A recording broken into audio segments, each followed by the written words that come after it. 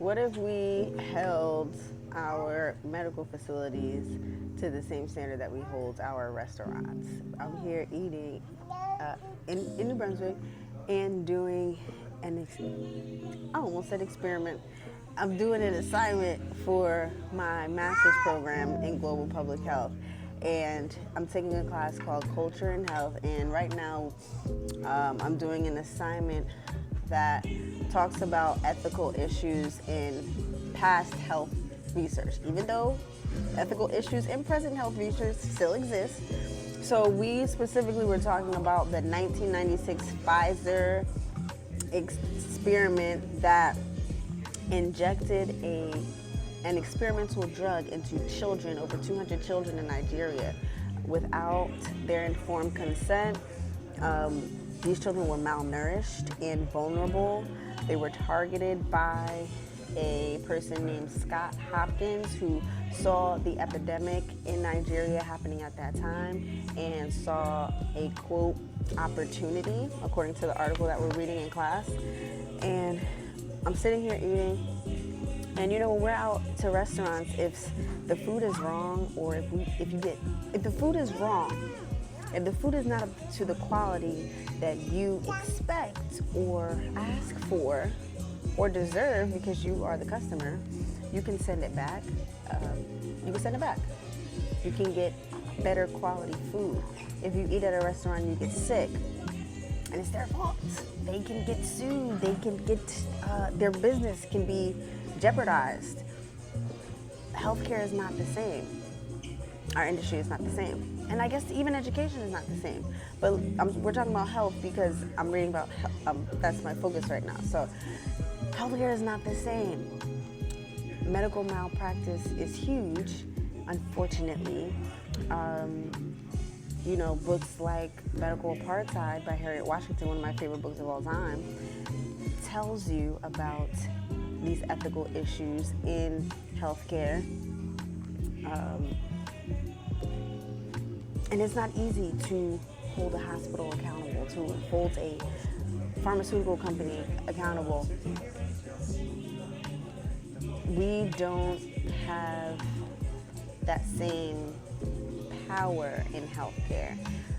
And it's sad because our health, we all want to be empowered to feel like we are in control of our health, just like we want to feel empowered to feel like we're in control of our education. And the reality is, these systems are not set up that way. We can't just send back our healthcare and get a better one. We can't just, complain and see change a lot of times. We can't just make the changes that, healthcare, just like education, is not fair and equitable for everyone. So these are just thoughts that I'm thinking about as I'm reading this article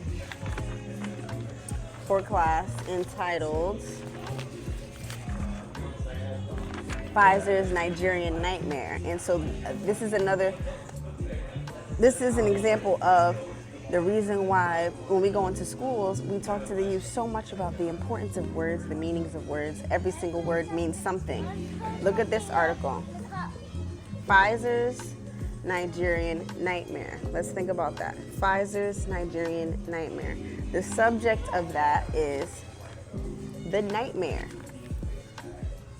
Okay? What type of nightmare? It's a Nigerian nightmare. Nigerian is like it's a descriptive word to the nightmare. We're talking about a nightmare, a terror in your sleep. When you're supposed to be at peace, there's a terror. What type of terror? It's a Nigerian terror. Whose terror is it? Pfizer's. But the children were actually terrorized in this experiment. It's not Pfizer's terror.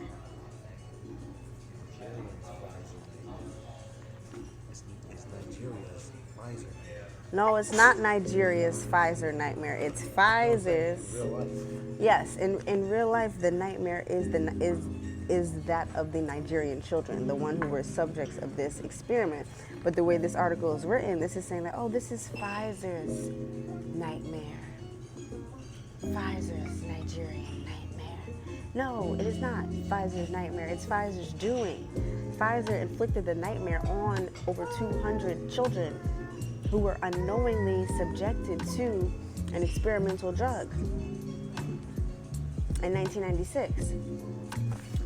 Check out this article, Pfizer's Nigerian Nightmare. Nicole Perlroth, Forbes staff.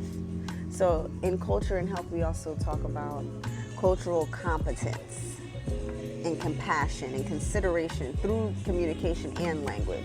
So, I do suggest that this article, the title, be rephrased, because too often are the victims made to be the villains. And in this case, we're talking about children, unknowing children, many of whom died. So check this out, just some food for thought as we sit here in the restaurant. I'm doing my homework. And so let's bring it on back to Hidden Gems. Check out bookshop.org/shop/Hidden Gems Literary Emporium and order the book Medical Apartheid, A Dark History of Experimentation on Black Americans from Colonial to Present. It will blow your literal mind and change your life forever in the best way. Dr. Harriet Washington. Love you guys for reading. Thank you.